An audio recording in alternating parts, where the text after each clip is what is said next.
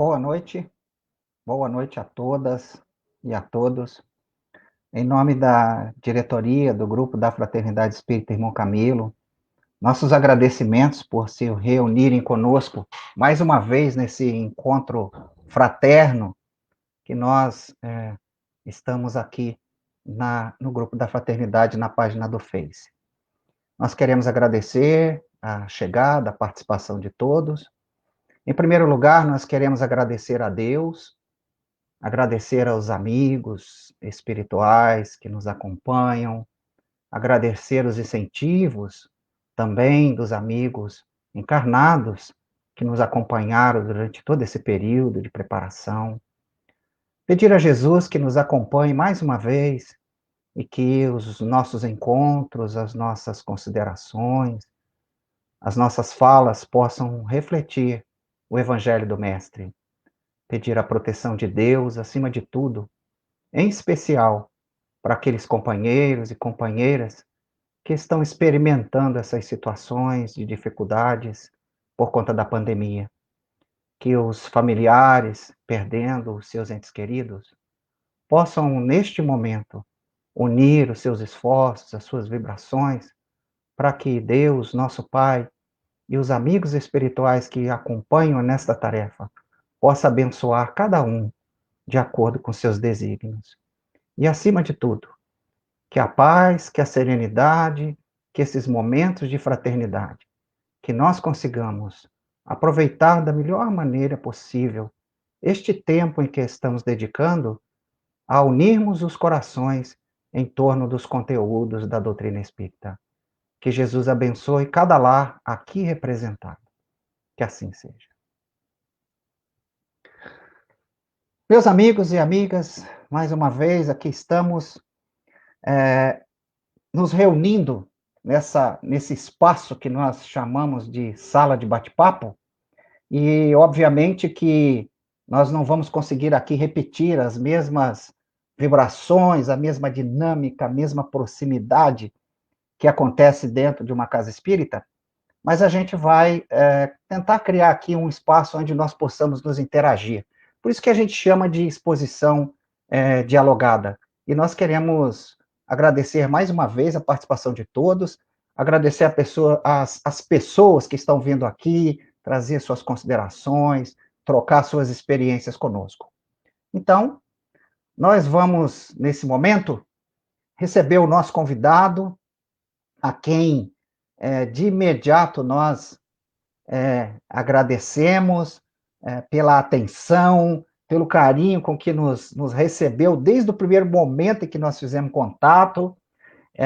O César é expositor, espírita, está um pouco distante de nós, está no Canadá, mas muito fraternamente nos acolheu, entrou nessa conversa, nessa proposta. E César, seja bem-vindo, suas considerações iniciais para esse nosso bate-papo.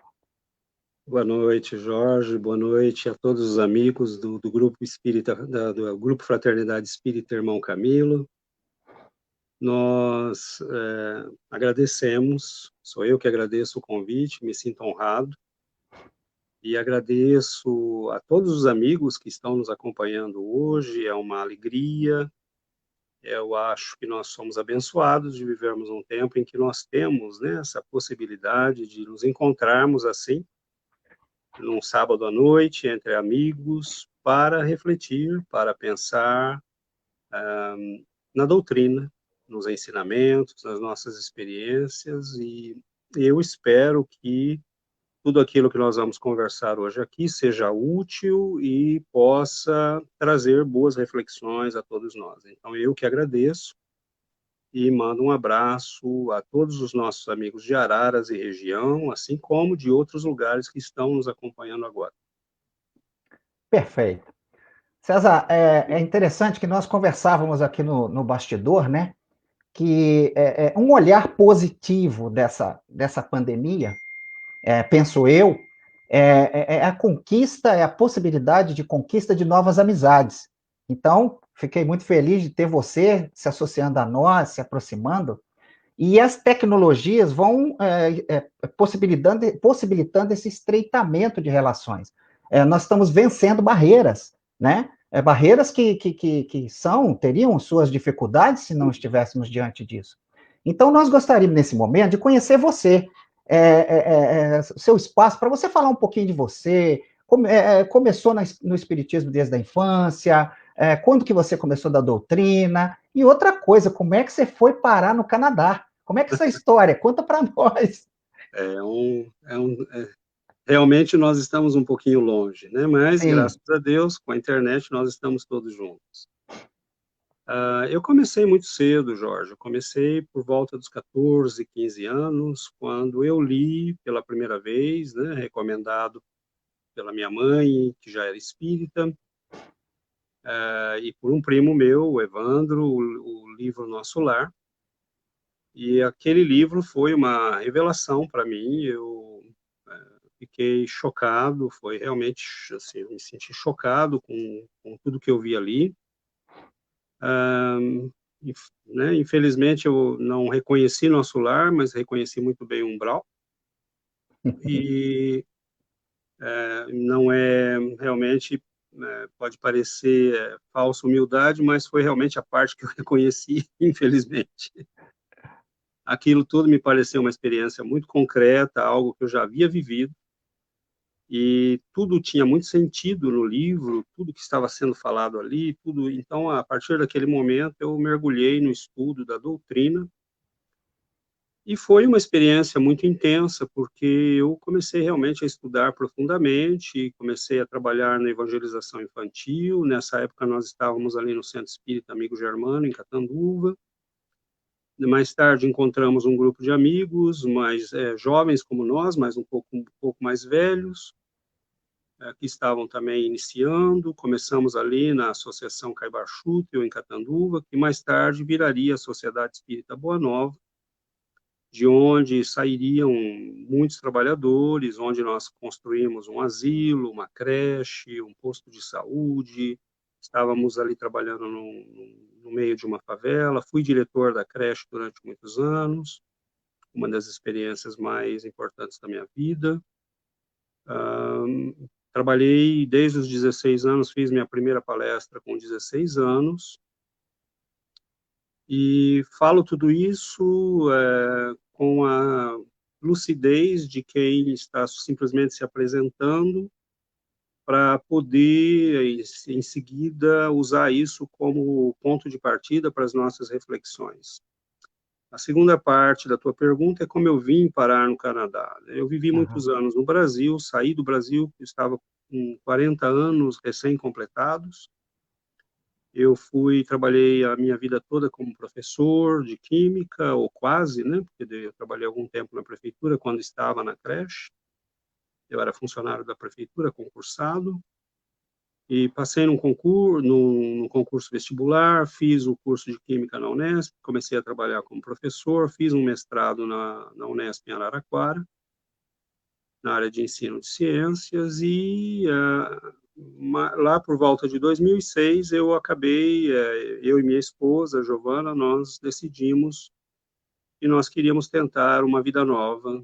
Nós tínhamos 2 filhos pequenos, nós víamos muitas dificuldades no Brasil, eu estava profundamente insatisfeito com a minha vida no Brasil, e aí nós entramos no processo de imigração no Canadá, e tudo foi acontecendo muito rápido, né? Então, nós iniciamos uma nova vida aqui em 2006. No início é tudo muito difícil, porque nós não conhecemos muito bem, nós não falamos a língua de peito, mas foi uma experiência muito gratificante.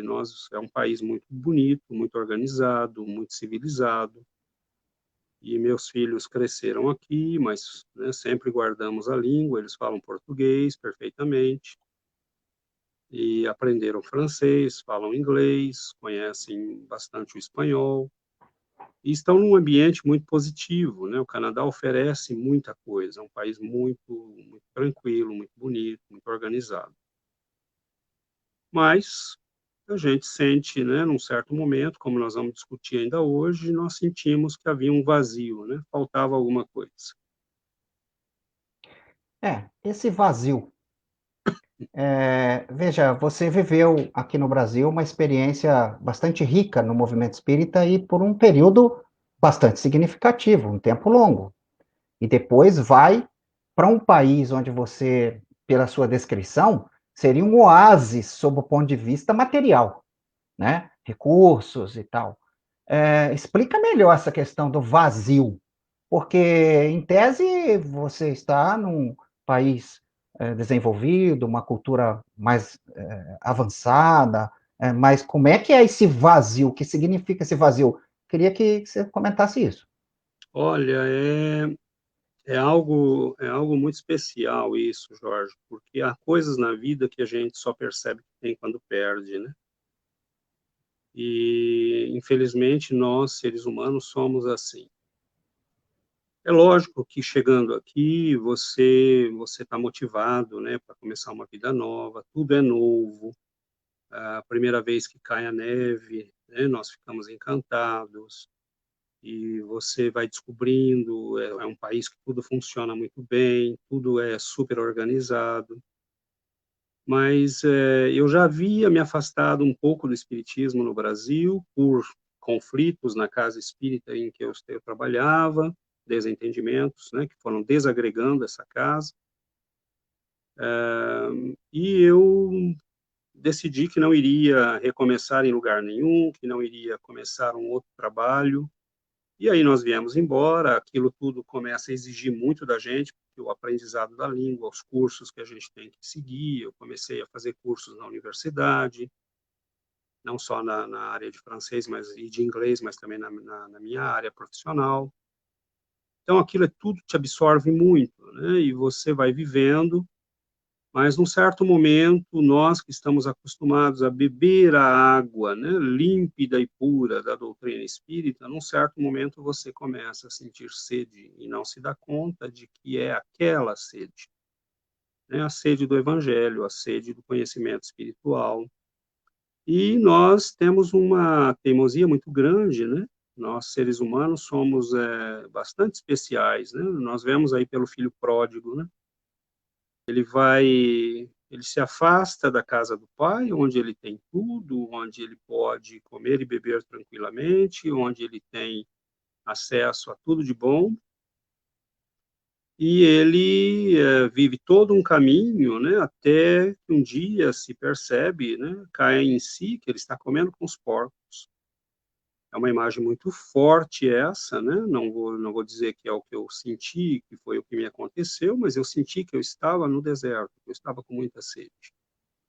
Essa sede de Deus, essa sede de tudo aquilo que eu havia vivido, que fazia parte da minha história, da minha alma, e de repente você sente esse vazio profundo que vai te invadindo, que você começa num certo, você acha, né, que vai fazer mais cursos, né, começar novos projetos, se interessar por novas coisas, vai preencher isso, mas é tudo ilusão.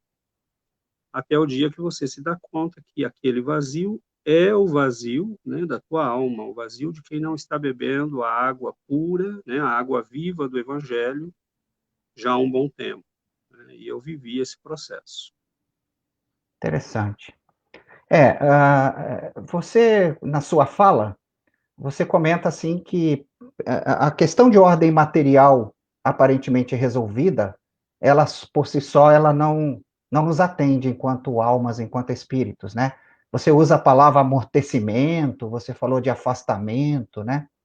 E não sei, parece que tem aí algo para que nós entendamos a sua experiência a respeito da questão do afastamento da doutrina espírita. Quer dizer, faz falta esse afastamento quando nós experimentamos esse contato com a doutrina e, de repente, nós nos afastamos. É isso que você quis dizer? Eu queria que você destacasse, porque você, de uma certa forma, acabou afastado por uma experiência profissional de viver mesmo longe. Mas, às vezes, entre nós aqui, nós não nos afastamos do Brasil ou não nos afastamos da casa. Essa falta, a questão material e a falta da doutrina, a falta de Deus, a falta do Cristo. O que você diria? Olha, Jorge, essa é uma questão extremamente importante, muito importante, porque nós poderíamos separar essa questão para falar só dela hoje aqui, né? Porque, primeiro, essa questão material, né? Nós Aham, todos temos uma fase na vida que nós buscamos fazer uma universidade, né? Desenvolver uma carreira profissional. Tudo isso faz parte, é muito normal, mas vindo para um país como o Canadá, eu descobri que quando você vive num país que te trata como cidadão, que te trata com decência, que você não tem que estar o tempo todo com medo das coisas, que você vai numa repartição pública e o funcionário está lá para te atender e vai te atender corretamente, né? Você vai receber o serviço pelo qual você paga. Aliás, faço um parênteses aqui, eu nunca saí do Brasil, eu venho de uma família bastante simples, né? Minha mãe foi uma trabalhadora que teve que criar 4 filhos sozinha, e, e aproveito para mandar um beijo para dona Helena. Ela fez muitos sacrifícios e nós vemos que, por exemplo, eu cresci lendo, estudando, graças à doutrina espírita, me entusiasmei com o estudo e muitas vezes eu imaginei, né, um lugar que tivesse, uma cidade que tivesse praças, parques, brinquedo para as crianças, lagos, pistas de bicicleta, ciclovias, né?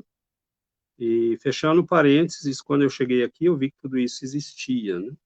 Então, nós temos o Canadá, sim, tem um aspecto que eu vou destacar aqui hoje com vocês, que é um deserto espiritual, entre aspas, nós vamos explicar o que isso significa, mas é um país muito avançado, né, do ponto de vista tecnológico, científico, social, as pessoas têm acesso aos recursos, mas nós percebemos que mesmo aqui há um grande vazio nas almas.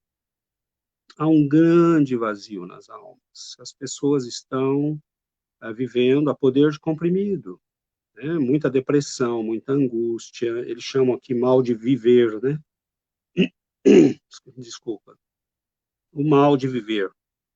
Uma, é, e é uma situação que nós notamos que é muito concreta, que existe. Agora, a situação de se afastar, né? Isso é uma coisa que valeria a pena a gente discutir com muito cuidado. E eu fiquei refletindo nessa questão, Jorge, eu fiquei me perguntando, será que é melhor chegar na doutrina espírita quando nós somos bem jovens, e isso é sinal de almas comprometidas, né, que precisam chegar cedo para não ter tempo de fazer besteira, então eu entendo isso perfeitamente, mas talvez seja melhor chegar mais tarde um pouco, quando você se encanta menos com as coisas do mundo, quando você já entendeu o valor das coisas, então para cada um vai funcionar de um jeito. Eu cheguei muito novo, eu comecei a estudar, mas quando eu entrei na universidade, quando eu comecei a sair, a ver outras coisas, né, eu fui me encantando com outras coisas. Então eu descobri a filosofia hindu, eu descobri o yoga, eu descobri a meditação, eu descobri várias coisas, né, e comecei a estudar. E aquilo, sabe aquela imagem de uma criança que está andando atrás do pai? Isso já me aconteceu, aliás, né? De repente uma criança vem e pega na tua mão no meio de uma praça, aí ela se dá conta que você não é o pai dela, né? Essa imagem me fica muito, ela fala muito, porque é mais ou menos o que acontece quando a gente é muito jovem e vai descobrindo coisas novas. Nós já conhecemos a doutrina, nós já entendemos a doutrina, eu fazia palestra praticamente 2, 3 vezes por mês, na nossa casa ou nas casas vizinhas, nas cidades vizinhas, e você acha que já está tudo resolvido, que aquele equilíbrio que você tem é um equilíbrio seu, mas isso é um engano. E nós vamos descobrir que é um engano, porque na medida que você vai se encantando com outras coisas, você vai se afastando. E é aí que os dirigentes espíritas, os professores de mocidade, os orientadores das casas espíritas precisam ficar atentos. Porque você não pode recusar à pessoa a vivência da experiência e descobrir coisas novas, mas tem que levá-la a refletir sobre essa experiência na significação daquilo para a vida dela dentro do espiritismo. Não existe nada de errado em conhecer a meditação, o yoga, as filosofias todas que existem, desde que isso não nos leve para longe de Jesus. E sutilmente você vai indo como aquela criança que está andando atrás do pai e olha para um balão que está no alto, um passarinho, e desvia e vai, de repente você vê que está atrás de quem não devia estar. Então é muito interessante que nós temos essa dualidade, que vivemos num mundo, e nós temos que lembrar que nós não somos desse mundo, nem viemos para ficar nele, nem para entregar a nossa vida a ele. Mas naquela época ninguém me explicou isso, e eu acho que a minha vivência, e é por isso que eu aceito participar desse tipo de experiência que nós estamos fazendo aqui, eu acho que esse tipo de vivência pode ajudar pessoas a não fazerem Perfeito. esses erros.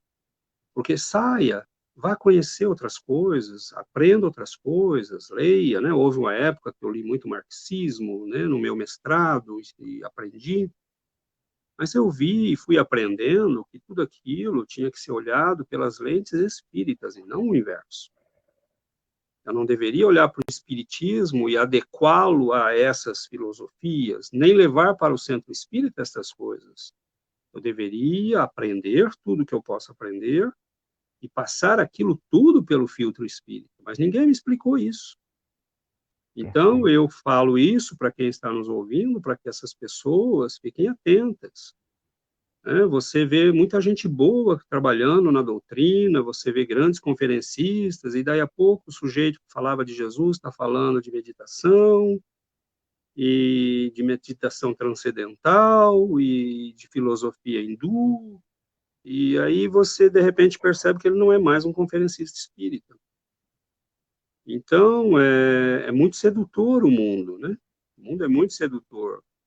E quando nós temos paixão pelo conhecimento, né, isso tudo também nos seduz.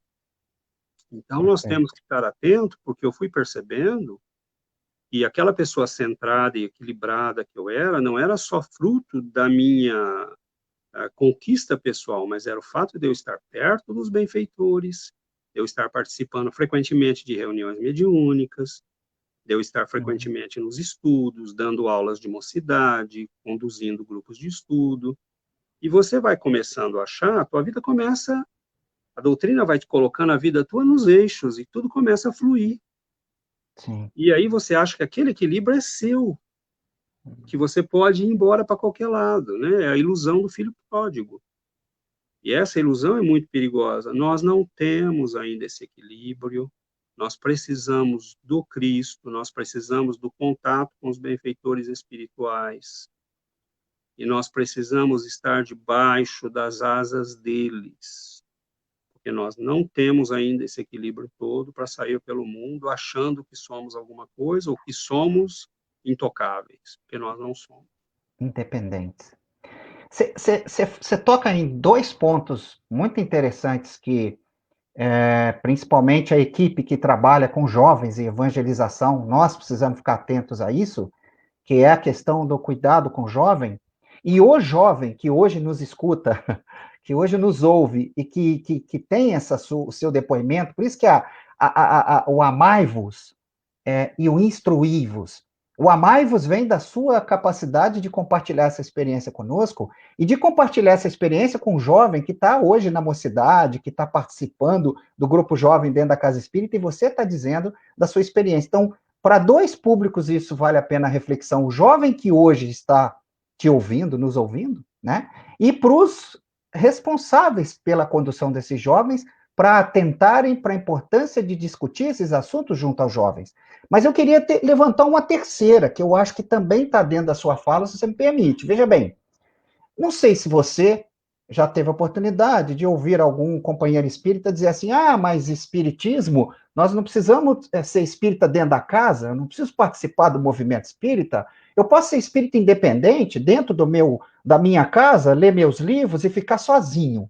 A pergunta bem objetiva para você: será que dá para ser espírita sem se engajar, sem se envolver no movimento espírita, nas atividades da casa espírita? Olha, isso só se deveria fazer se nós fôssemos pessoas realmente muito isoladas, né? Que não tivéssemos a possibilidade de fazer nada, mas nós somos uma família, né?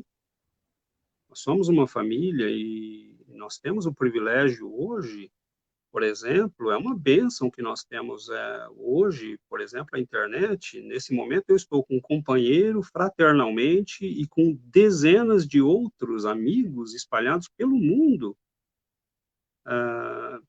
partilhando experiências, partilhando vivências. Então,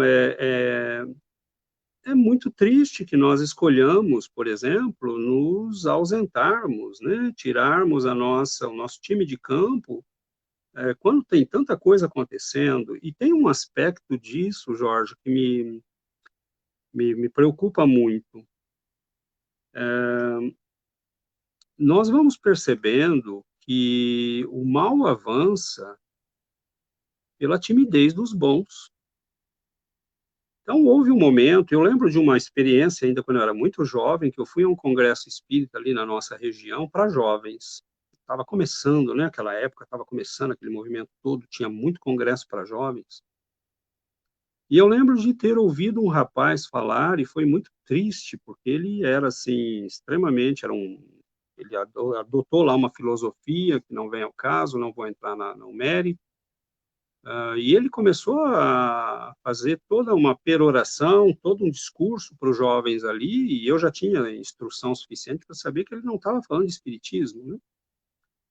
E aí eu voltei e comentei com alguém, e hoje, refletindo sobre aquela experiência, eu vejo que aquele jovem estava ali porque muitas vezes os tímidos e os que tinham conhecimento e os que podiam fazer se ausentaram por timidez. Então, nós temos uma questão também de ocupação de espaço. Os diretores das casas espíritas têm que estar muito atentos com isso.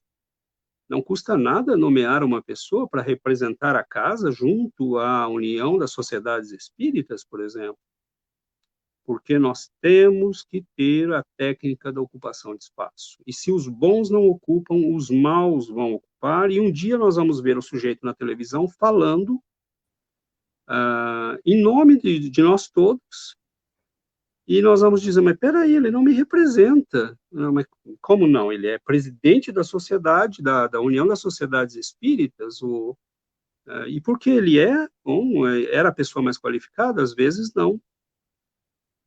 Mas é porque nós nos ausentamos, porque os qualificados têm a vida muito ocupada, né? Então, assim, existe uma estratégia de ocupação de espaço para a qual nós, diretores de casas espíritas, devemos estar atentos.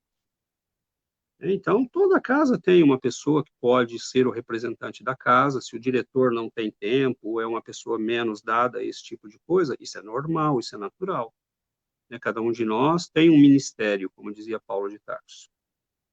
Mas nós podemos, né, participar e devemos, principalmente quando nós temos a bênção de estar no movimento espírita, como brasileiro, que tem tanta coisa acontecendo, mas que também está sujeito a influências perniciosas, né, de pessoas que não têm conhecimento doutrinário profundo, que aparecem com ideias mirabolantes. Então, nós vemos aí sempre aparecendo, né, os revisionistas, espiritismo sem Kardec, vamos tirar Jesus estamos falando muito de religião, Aham. e aí nós temos que ter gente que defenda a doutrina, que preserve esse patrimônio imenso, essa bênção maravilhosa que nós temos, que é a doutrina espírita centrada no Evangelho de Jesus. E defender isso é primordial, porque se nós perdermos isso, nós temos uma mera filosofia como qualquer outra que existe por aí, né? Aliás, isso é muito triste, né, de nós vermos pessoas que mal o Chico acabou de partir já estão dizendo, vamos estudar outra coisa, vamos fazer outra coisa, né? Quando nós temos ali obras que são altamente sofisticadas, né, de profundo conhecimento filosófico, científico e religioso. Então, eu fiz talvez um detour, né, aí fui um pouco longe, mas não esqueçamos que mais importante do que a nossa vocação para participar ou não, preservar o movimento espírita é importante e ocupar espaço é importante, Sim, porque senão nós sim, vamos ter gente falando em nosso nome que não nos representa. sim. A gente percebeu no seu depoimento aí, nessa compartilhamento de ideias com você, daqui a pouco as pessoas vão começar a fazer pergunta também, que esse seu isolamento, aspas, esse seu distanciamento, acabou te levando a tomar uma decisão aí no Canadá. Quer dizer, você, graças a Deus, não ficou muito tempo dormindo. Você acordou e tomou uma decisão. E nessa decisão, parece que você associou também a questão de uma fala que você acabou de utilizar, que é a questão de resgatar o Cristo, de trazer o Cristo para junto desse mundo que você está vivendo. Não sei se ficou confuso, mas, primeiro, o que que você fez no Canadá para suprir essa sede? E essa sede, você vem trazendo o quê? Vem se alimentando do quê em relação ao Cristo? Olha, eu acho que nós vivemos, né, uma experiência, e eu posso falar em nome de vários companheiros nossos, que inclusive se associaram conosco, né, aqui somos um grupo de pessoas que decidimos, né, num certo momento, começar o trabalho espírita, constituir um centro espírita oficialmente legalizado. O nosso site, né, já entrou no ar agora essa semana, chicoxavier.ca. Temos página no Facebook em francês. Nós começamos o trabalho porque chegou um momento em que, se você não tem água, você pode virar a fonte você mesmo, né? Então, a água, nós não somos a água, mas a água é o Cristo. Mas nós podemos ser a fonte, né? Nós podemos ser a canalização que leva essa água. E uma vez que nós a disponibilizamos para os outros, nós temos o direito também de nos satisfazermos nessa fonte, né? De preencher a nossa sede do Evangelho e do Cristo. Então, eu percebo, eu sei que eu tinha compromissos, né? Eu sempre tive muito claro isso, e essa questão de ficar dormindo, né, um tempo, é muito importante, porque, bom, existe uma visão dupla nisso, Jorge. Eu acho que é importante a gente precisar as coisas. Eu, às vezes, olho para pessoas que estão vivendo dentro do espiritismo, né? Às vezes, eu preferia ter ficado 100% do tempo fazendo o que eu era suposto estar fazendo. Por exemplo, estar aqui com você nessa noite é exatamente onde eu sou, né, suposto estar, fazendo o trabalho que nós estamos fazendo. Eu preferia ter feito isso todos esses anos, mas eu não fiquei parado, eu aprendi muito, eu aprendi outras línguas, eu vivi num outro país, eu conheci outras culturas, e hoje eu posso ser útil à doutrina. Eu estou num lugar onde eu constatei essa sede não só em mim, mas nós constatamos essa sede na população destes países. São muito desenvolvidos, mas são profundamente vazios.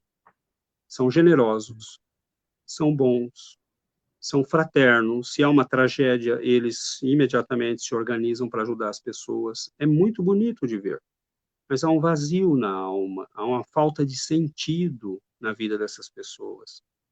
Então, você compra uma casa, e aí você quer uma casa melhor, e depois o sujeito quer um carro melhor, e ganhar tanto por ano não é mais possível, ele quer ganhar o dobro, e aí ele compra uma casa melhor. E eu vejo aqui na nossa região mansões maravilhosas, entendeu? Que você vai ver, custam US$ 800.000, US$ 1 milhão. E você fala, bom, mas... E aí o sujeito vai, e a vida vai indo, e essas pessoas vão preenchendo esse vazio com passeios na natureza. Então, eles gostam muito de ir para a natureza, para as montanhas, para os lagos, e gostam muito, né, de fazer esporte. Então, você vê, a pessoa começa a correr, faz 5 quilômetros por dia, depois faz 10, depois quer fazer maratona. Tudo isso é simplesmente sintoma de vazio. Entendi. Porque você pode fazer esporte, né? Você pode fazer esporte, você pode ser uma pessoa saudável, você pode se alimentar bem, tudo isso, você pode ter uma boa vida, mas nada preenche a nossa alma, a não ser aquilo que é feito para preencher a alma. Sei. Então, é Eu acho, triste de ver isso.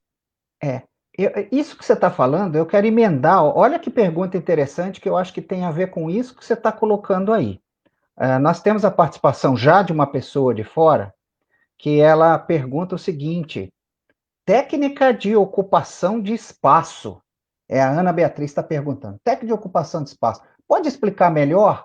Veja, dentro dessa linha que você está falando, de um espaço que não é totalmente preenchido e desse vazio que você provoca e coloca de Deus, não sei, é isso aí? A nossa Ana está perguntando para você comentar melhor essa técnica de preenchimento de espaço. Olha, essa técnica é realmente uma técnica, né? Ela foi desenvolvida por teóricos, né, do movimento de esquerda no mundo, pessoas que pensaram, né, no momento que a esquerda lá atrás começou a se implantar no mundo, né, eles desenvolveram a técnica de ocupação de espaço. Essa técnica é muito simples. Tem uma eleição para síndico, coloque alguém seu. Tem uma eleição para o sindicato, coloque alguém do seu pensamento. Tem uma eleição para conselho de menor, coloque alguém seu. Então, a técnica de ocupação de espaço é realmente uma técnica, é você ocupar espaços através de mídia, através de eleições. Então, nós vemos, por exemplo, que vai ter uma eleição para a diretoria da União das Sociedades Espíritas da cidade. Algumas casas mandam representantes, outras não mandam. E muitas vezes aquela pessoa, muitas vezes aparece, né, uma pessoa, e notem aqui eu faço, né, um grande parênteses, porque eu estou dando um exemplo e não estou me referindo a ninguém, porque eu estou inclusive muito longe dessa realidade, nós não temos isso aqui. Mas aí aparece um sujeito que às vezes é o menos indicado, mas não tem ninguém. E aí ele às vezes é eleito porque não tem ninguém. E ele ocupa espaço. E aí depois, um dia, tem um problema lá na cidade, o jornalista fala, vamos entrevistar os espíritas, ver o que os espíritas acham. E de repente você vê aquele sujeito falando na rádio, ou na televisão, em nome de nós todos espíritas. E aí nós olhamos e falamos, mas peraí, ele está falando besteira, não é nada disso que nós achamos, como é que ele está falando em nome do movimento espírita? Então, a técnica de ocupação de espaço é nós que conhecemos o bem, talvez não sejamos bons, bons é só Deus, como dizia Jesus. Nós que somos conhecedores do bem, que conhecemos a doutrina, que conhecemos o evangelho, nós temos que ocupar espaço.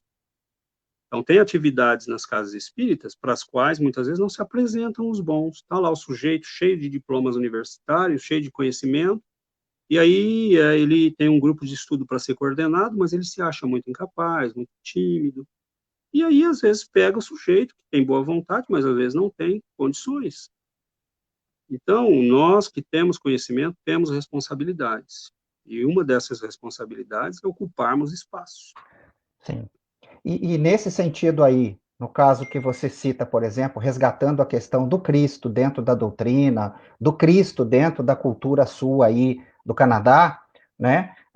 Eu entendi também que Jesus, naquilo que a doutrina espírita se apresenta, naquilo que a doutrina espírita apresenta o Cristo para nós, seria uma forma de ocupar esse espaço que está faltando dos nossos irmãos com quem você convivem aí no Canadá e também aqui entre nós, não é isso? Quer dizer, a figura do Cristo preconizada, da forma como a doutrina espírita nos coloca, ela não daria esse preenchimento desse espaço em saciar essa sede que ainda tem em alguns lugares? Nesse sentido? É, excelente o comparativo que você faz, porque nós estamos falando de o preenchimento de espaços no sentido Sim, técnico-político, podemos dizer assim, e também podemos falar no sentido espiritual, né? Uma que é o coisa que que nós nós queremos. constatamos É. aqui no Canadá, Jorge, é o fato de que, por exemplo, nós temos um país onde, principalmente aqui no Quebec, nós temos uma aversão muito grande à religião. Eles sofreram muito com o catolicismo, né? E lá por volta dos anos 60 houve o que eles chamam aqui de uma revolução tranquila, a igreja foi colocada para fora dos negócios públicos, houve uma separação muito grande, tudo que era religioso passou a ser muito atacado, muito mal visto, ao ponto de que nós vemos crianças que não sabem, né, direito quem é Maria, quem é Jesus, quem é José, e quando você cita Jesus ou faz uma prece, imediatamente você é olhado, né, meio de atravessado, porque eles querem falar de energia, eles querem falar de espiritualidade, eles até aceitam, mas eles não querem falar de religião, né? E isso é muito triste, porque nós acreditamos que isso é devido ao fato deles não conhecerem a religião na configuração que nós conhecemos. Então, essa é Entendi. uma das missões que nós nos damos aqui, que é a de levar o Cristo na conformação espírita, né, na visão espírita para essas pessoas. E se eu posso ligar com uma coisa que nós já falamos hoje, para completar, por exemplo, eu falei que nós podemos sair, né, que o mundo é muito sedutor, nós podemos conhecer muitas coisas, conhecer yoga, filosofias e tudo mais, mas o que ninguém me explicou, e eu acabei descobrindo sozinho, é que você pode fazer yoga, por exemplo, e ser uma pessoa muito boa, e você pode ser um crápula. Você só está aprendendo a meditar. A meditação não te impõe ser um ser humano melhor, mas ser espírita nos impõe ser um ser humano melhor. Entendi. Você não pode ser espírita sem reforma íntima, que é um exercício de hipocrisia diário. Você vai todo dia numa casa que fala, meu amigo, você precisa mudar a sua vida. Entendi. Então, o que essas pessoas no norte do planeta não conhecem é esse Cristo que veio, que sofreu. Eu acho muito bonita a fala dos nossos irmãos católicos e protestantes quando dizem que Jesus nos resgatou com seu sangue. E é verdade, porque ele veio das alturas celestiais, dos reinos superiores, onde ele brilhava como uma estrela, se colocou nesse charco, né, que é o nosso mundo, vibratoriamente falando, um planeta belíssimo, mas espiritualmente ainda, né, uma zona terrível, pré-histórica, aceitou viver conosco, nos trouxe todo o amor e ensinamento e pagou, né, as trevas, ele pagou com a própria vida. E aí, a confusão que eles fazem aqui é imaginar que Jesus é o responsável pelos absurdos que as religiões fizeram. Ah, tá. Então, nós temos que contar para eles que não. Né? Nós temos que levar a estes nossos irmãos o Jesus do Evangelho segundo o Espiritismo, que é um Jesus que Allan Kardec, num ato de gênio e de muita sabedoria, né, como tudo que ele fez, ele começa o Evangelho segundo o Espiritismo nos dizendo exatamente isso. Vamos esquecer o Cristo da teologia, o Cristo das discussões vazias, e vamos nos concentrar no Cristo que renova, ilumina e melhora a vida humana, na moral do Cristo. Então, eu acho que é muito triste porque os nossos irmãos do norte do planeta não conhecem esse Cristo. Você tem E uma é a tarefa nossa grande aí. tarefa mostrar para eles. Você tem uma tarefa grande. Dentro desse raciocínio, César, nós vamos colocar. O Celso faz uma pergunta, mas na verdade ele faz duas. A primeira pergunta que ele fez, que eu achei interessante, e aí é curiosidade nossa, né? A primeira ele comenta assim: mas uma casa espírita no Canadá, que tipo de atividade ele faria? Né? Que tipo de atividade, que atendimento, que situação ele faria aí? E ele já emenda depois na pergunta: ok, César, você tem dificuldade, você vive um momento de necessidade dessa divulgação, de mostrar esse Cristo, ou de mostrar essa doutrina compartilhada com os nossos irmãos, e não é só você no Canadá, nós temos outras pessoas em outros lugares da mesma maneira. E aí o Celso faz a segunda pergunta: e obras? Que livros? Vocês têm alguma coisa? Tem um suporte? É fácil acessar obras espíritas aí? Como é que é esse mundo? O trabalho na casa Olha, espírita e a questão das obras. tá ficando cada vez mais fácil, né? Nós temos, por Ah, exemplo, contato com o pessoal aqui em Montreal, em Quebec, e eles têm acesso há distribuidoras, tem uma editora, um pessoal que faz distribuição e edição nos Estados Unidos, que estão produzindo em inglês, em francês, em espanhol. Nós podemos, por exemplo, comprar, né, nós vamos começar um trabalho aqui de compra de livros em francês. Os arquivos em PDF estão disponíveis, né, os livros de Allan Kardec foram escritos originariamente em francês, e nós já temos no nosso site, por exemplo. Mas eu acho que o trabalho do livro ele é muito importante, né? Ele é muito importante, e o livro físico eu acho muito importante, porque você pode dar para uma pessoa. Mandar um PDF não é a mesma coisa, né? Então, dar para uma pessoa, deixar numa estação de trem, deixar numa estação de ônibus, levar num presídio, num hospital, deixar em cima da mesa. E é óbvio que nós podemos fazer um pouco disso, mas seria muito bom se nós tivéssemos organizações, né, como as federações espíritas, por exemplo, que reservassem um pouco, né, da produção de livros deles para produzir livros em francês, por exemplo, em inglês, em português. Então, nós temos livros em português que nós trazemos do Brasil, mas está ficando um absurdo, né? Eu comprei recentemente livros e você paga R$ 300 dos livros e mais 300 pelo transporte, né? Então, você vê que a gente poderia comprar o dobro de livros, né? Temos doações, né? Nós tivemos algum tempo atrás, tivemos uma doação da Candeia Distribuidoras de Livros, com o nosso companheiro Ricardo, que nos mandou livros lá do Brasil.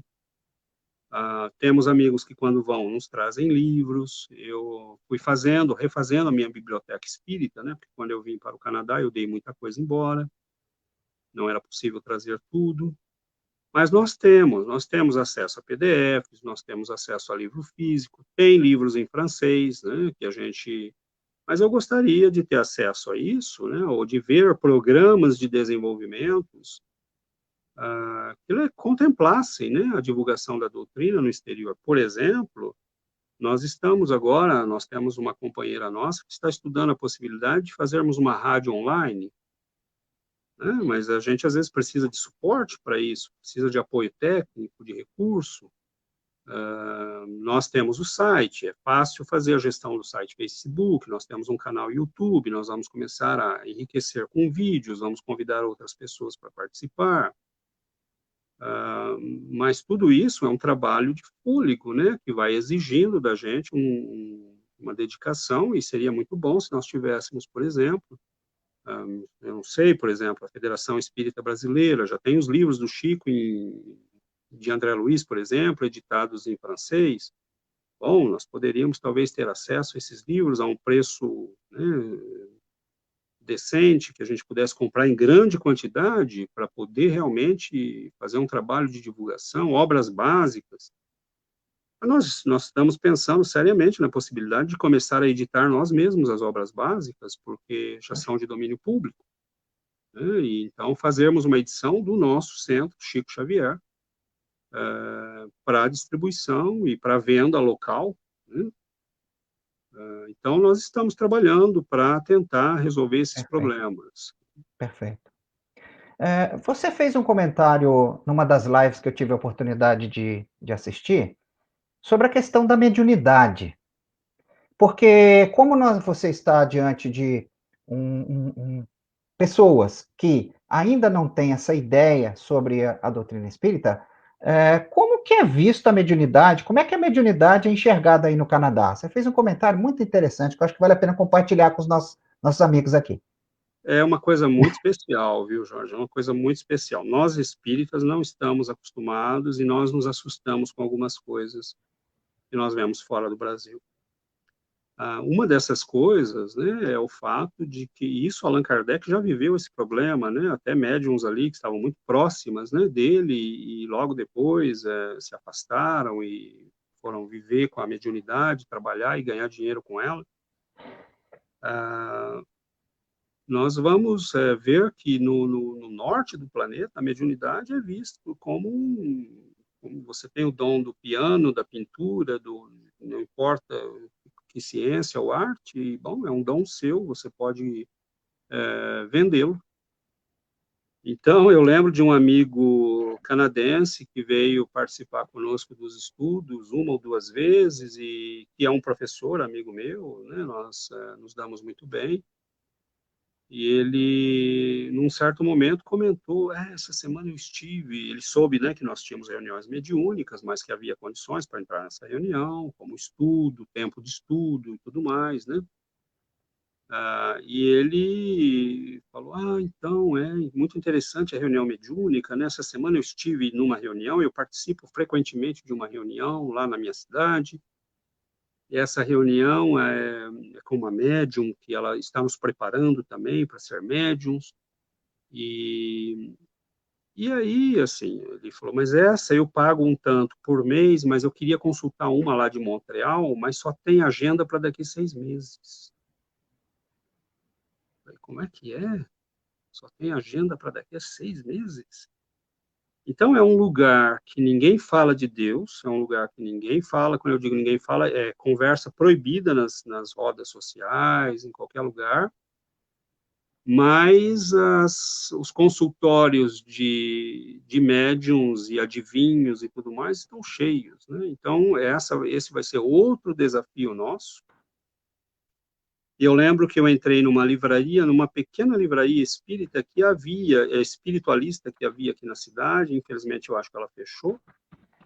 Cheguei a comprar um livro dos espíritos em francês, e havia um pequeno canto assim isolado no local em que a mulher aplicava passes. Então, estava lá o preço afichado, né, fixado na porta. E eu tenho até medo de falar, Jorge, pode ter gente que comece a ter ideia aí no Brasil, hein?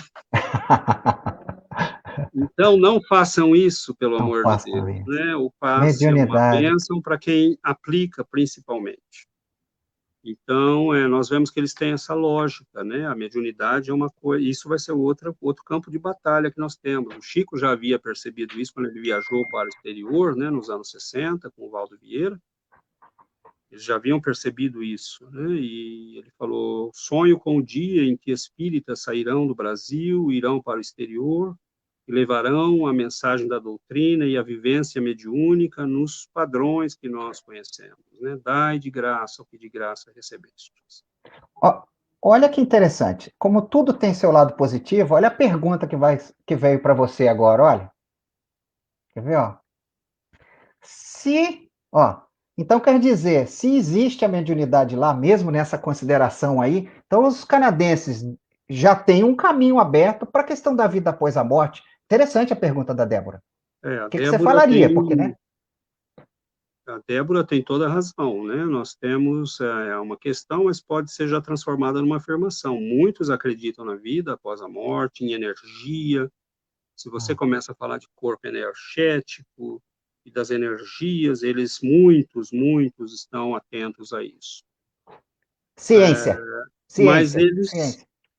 é, ou uma coisa que é pior que ciência, aliás, eu não diria que a ciência é pior, né? Ela é Aham. maravilhosa desde que a gente saiba o que fazer com ela. Mas uma coisa que é pior do que esse apego à ciência é o fato de que eles são um povo, embora muito generoso, muito bom. É impressionante, às vezes, como eles são generosos, são Aham. bons. E é isso que é triste, porque eles estão prontos para receber. Falta quebrar essa barreira de entender que Jesus não é a mesma coisa que religião. E o que eu diria que é pior do que esses obstáculos que nós falamos é o fato de que eles têm uma mentalidade muito prática, excessivamente utilitarista.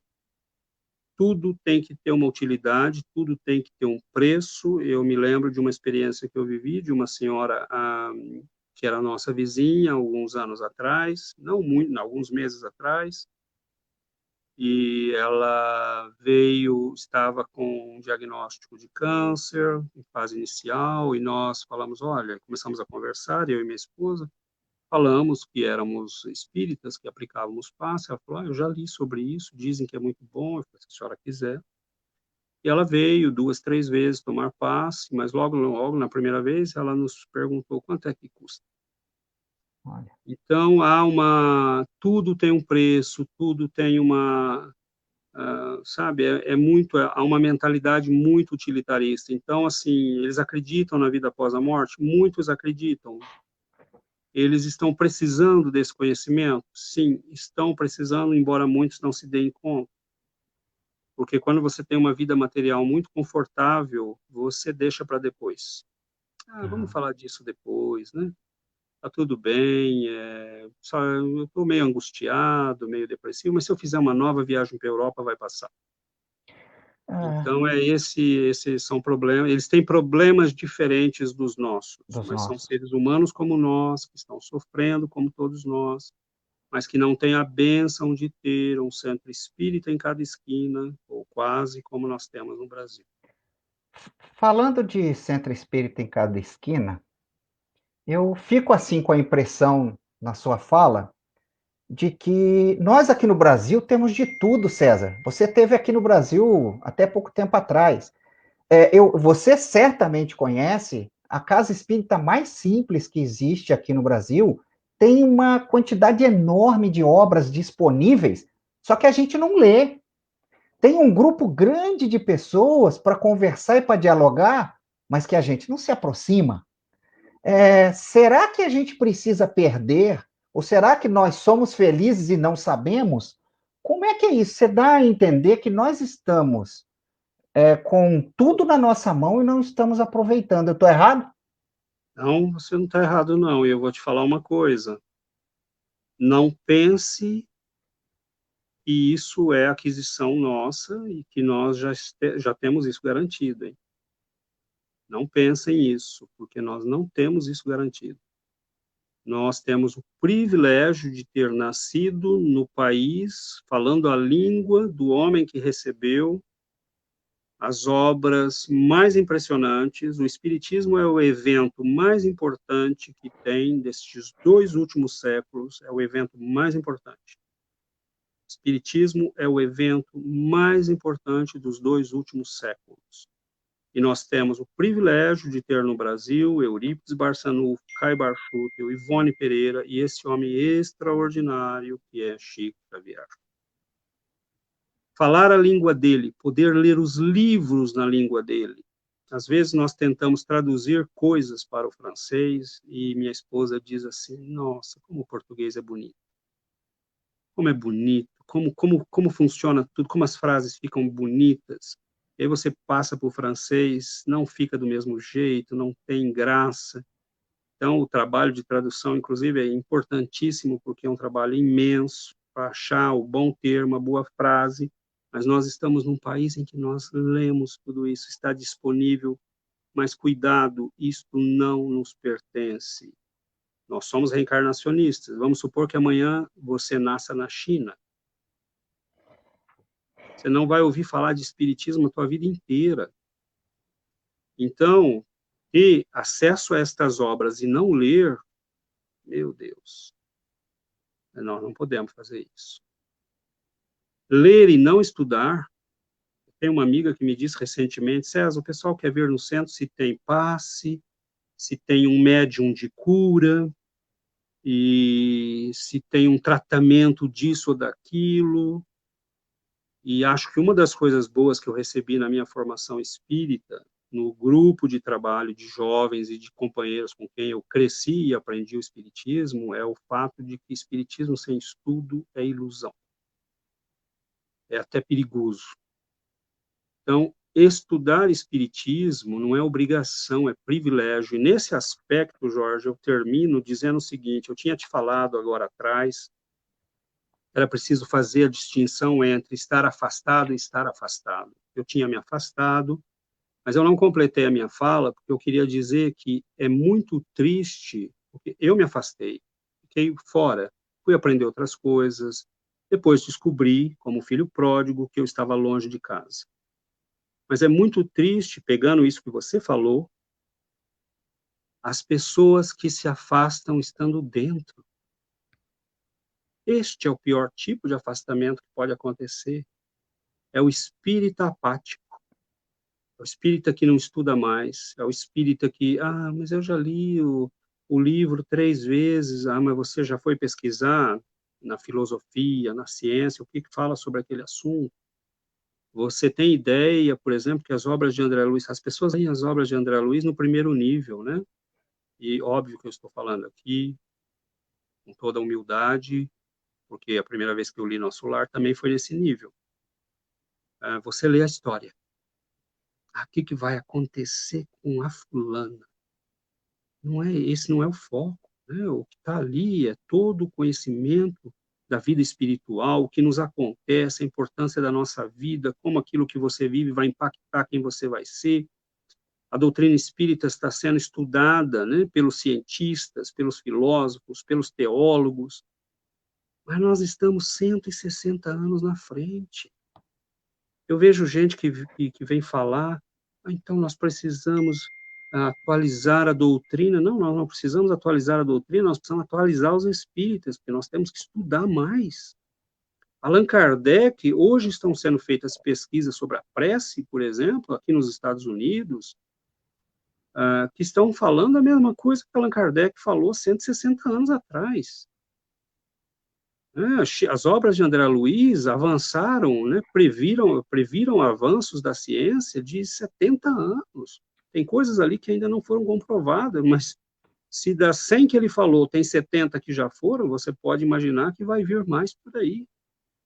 Então, nós espíritas termos esse patrimônio maravilhoso e não usarmos, termos o privilégio de viver no país em que viveu Chico Xavier, e não nos darmos conta desse privilégio, sabe? Morarmos em São Paulo e não visitarmos Matão para ver onde viveu o Caibar-Schutel, né?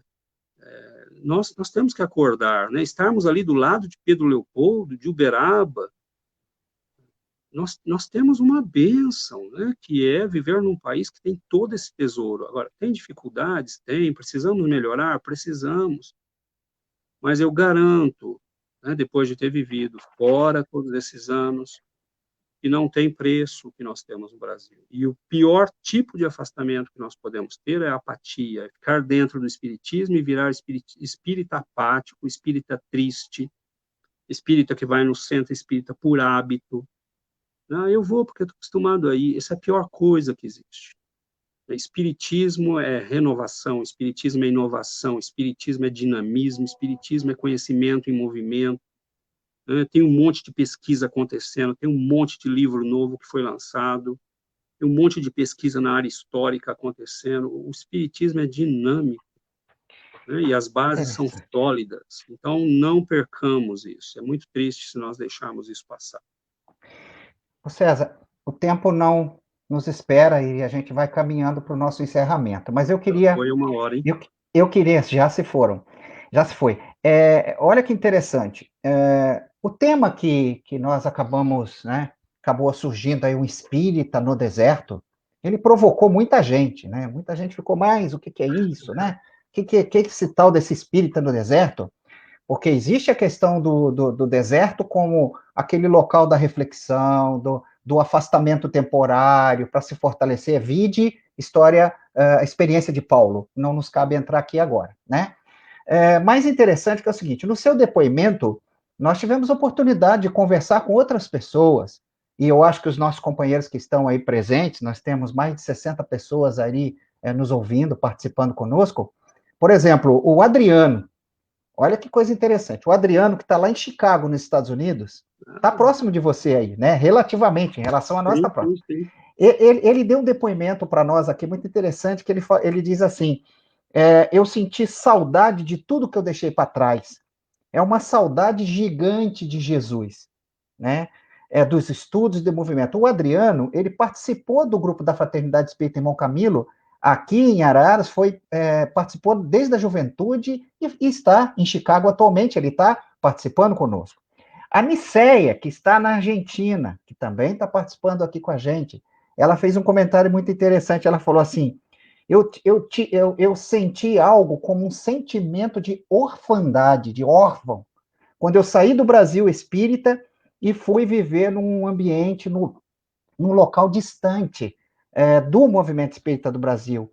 e ela falava que eu senti uma saudade, um vazio muito grande da experiência que eu vivi no Espiritismo no Brasil e do local para onde eu fui viver.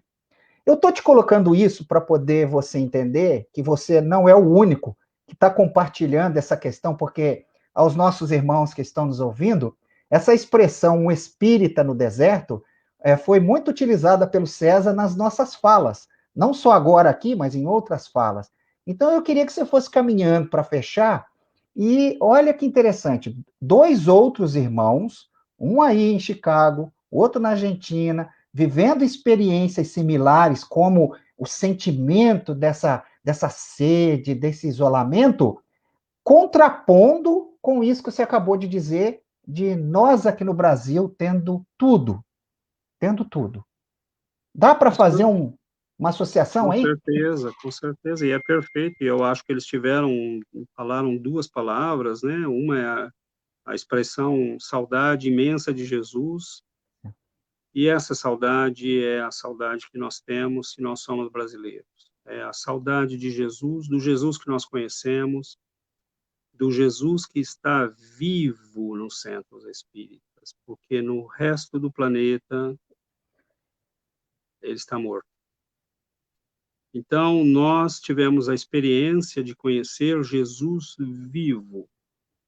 Ele está vivo nos pratos de sopa que são dados em cada centro espírita, nos passes que são aplicados, na fraternidade dos encontros, nos estudos, nas palestras. Jesus está vivo e os centros espíritas têm uma missão maravilhosa que é de mantê-lo vivo. E nós sentimos, sim, saudade disso tudo. Isso é muito, uma perda muito grande, mas o que eu diria a todos os meus irmãos que estão no exterior do país, essa é a hora de nós começarmos a fazer o trabalho dos pioneiros, né? E eu sei que tem amigos nos Estados Unidos, no Canadá, na Europa, estão colocando rádios online, e nós começarmos a nos unirmos, né? Talvez criarmos até um movimento, né? Um grupo de pessoas para nos ajudarmos mutuamente, fazermos palestras, fazermos encontros, estudos, convidarmos, né, amigos brasileiros, porque nós estamos nesta dinâmica. O mundo está vivendo um momento em que como nunca, nós precisamos de Jesus. E a doutrina espírita é maravilhosa, né? Porque nela Jesus está vivo. Eu não conheço nenhum outro lugar em que Jesus esteja vivo. E isto foi algo que eu entendi. Uma das coisas que eu entendi foi essa maravilhosa possibilidade de entender que Jesus está vivo. Então, nós podemos conhecer tudo, sair, ver o mundo, aprender, mas a doutrina espírita nos deixa próximos de Jesus. Ela nos traz Jesus, e nela Jesus está vivo, e isso é algo que nós não podemos perder e nós não podemos deixar morrer. Se nós estamos no exterior e nós não temos acesso mais a toda essa riqueza, que nós nos transformemos nessa riqueza, que foi o que nós decidimos fazer aqui. Se nós não temos, né, nós vamos fazer. Mas é muito difícil, porque nós vivemos num meio onde não é normal falar isso, onde não é normal ser isto, né? E onde você vai sempre ser olhado como os espíritas eram olhados lá nos anos 20, 30, né? Nós lembramos as lutas todas que travaram, né? Batuíra, Caibar-Schutel, contra a igreja, contra os protestantes. Hoje vivemos fraternalmente, mas foi um período muito difícil. Então, ou mesmo que Allan Kardec travou na Europa contra a igreja, né? Ao ponto de ter o ato de Barcelona com a queima dos livros. Então, hoje nós estamos em vias de espalhar essa mensagem, né? Mas que nós não, e isso eu gostaria também de falar para os meus irmãos que estão no estrangeiro, que nós não cedamos à tentação de eliminar Jesus. Jamais. Nós podemos começar falando de ciência, podemos levar a filosofia, podemos trazer, né, conhecimentos de um nível, mas jamais se negar a falar de Jesus. Jamais tirar Jesus do espiritismo. É muito religiosismo, eles aqui não gostam de religião, mas eles não conhecem o que nós conhecemos. Eles não conhecem o Bonito. Cristo que nós conhecemos. E é esse Cristo que nós temos que levar para eles. Né? E quando eles conhecerem esse Cristo, conhecerem a doutrina e perceberem o poder que tem a doutrina espírita para consolar, para orientar, para mudar as nossas vidas, eles vão ceder, eles vão entender. Puxa, ok. É, nossa, foi assim, muito boa, muito fraterna, aberta, sincera, esse nosso bate-papo, né? Nós agradecemos muito essa transparência com que você colocou. Nós temos a certeza de que a partir de agora você está fazendo mais amigos aqui, está incluído a partir de agora, certamente, nas nossas preces, nas nossas orações aqui, para que vocês enfrentem esses problemas, não só Precisamos, você, mas os demais companheiros, não tenha dúvida disso. Se nós precisamos. pudermos fazer algo, nos colocamos aqui, em nome dos diretores do Grupo da Fraternidade, nos colocamos como contato para que você, se precisar de algo, por favor, primeiro peça, deixa que a gente diga o não. Veja o que a Ok, gente possa ajudar. As nossas preces, você pode ter certeza que você já está conquistando. Não vai ser 1 milhão ainda, mas um grupo grande de amigos aqui na não, nossa cidade. é a Eu qualidade que queria, importa. eu queria pedir para você fazer a prece de encerramento para nós, tudo bem? Mas antes de você fazer, eu queria registrar aqui e agradecer a presença do nosso companheiro Joaquim Bueno Neto, que vai participar com a gente futuramente dessa live também, escreveu uma obra aí através do ID, né? Muito interessante, Hoje com Jesus. Estamos aí com o Edmundo, que participou, está presente, é diretor da casa, participou do último encontro nosso, né? E aos Sobre, nossos, participou.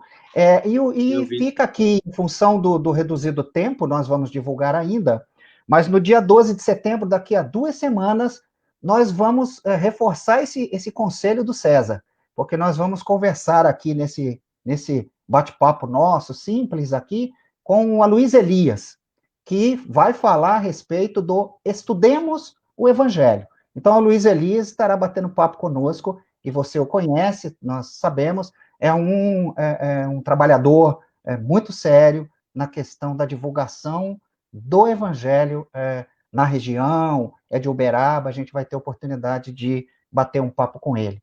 César, o nosso agradecimento, muito obrigado pela paciência, pela fraternidade. Eu deixo para você fazer as suas considerações finais e já emendar numa prece que a gente gostaria de estender essa oração a todos os irmãos canadenses aí, aos demais companheiros dos outros países que aqui também se manifestaram, e também dizer que algumas das perguntas, eles estão nos cobrando, mas o tempo é curto. Algumas das perguntas que foram feitas, nós vamos encaminhar para o César e ele responde através do Face para nós depois, tá bom? Então, meu amigo, suas considerações e sua oração para que nós possamos unir os nossos corações em torno desse trabalho, desse projeto. Que Deus te abençoe nessa nova casa, Francisco Cândido Xavier, Chico Xavier, que está surgindo aí no Canadá. Já surgiu, né? muito obrigado, Jorge. Eu gostaria de agradecer, né, a todo o pessoal do Irmão Camilo, aos diretores, a você. Foi para mim uma grande alegria. Gostaria de agradecer a Alcina, né, que nos auxiliou aí na técnica. Foi para mim uma grande alegria, foi uma oportunidade de fazer amigos, de partilhar experiências. Nós agradecemos, pedimos sim as orações de todos vocês no Brasil, para os companheiros que estão no exterior, e que nós possamos nos ajudar, né, partilhando experiências, conhecimentos, e te felicito por esse trabalho, né? Continue, a doutrina tem que ocupar espaços, né? Ocupar espaços na televisão, nas mídias, nas redes sociais, para que o bem seja levado a todo mundo, né? Para que o bem seja levado ao coração e ao pensamento e à alma de todo mundo, em todos os lugares do mundo. Então, eu agradeço muito a todos vocês e nós faremos, então, a nossa prece final.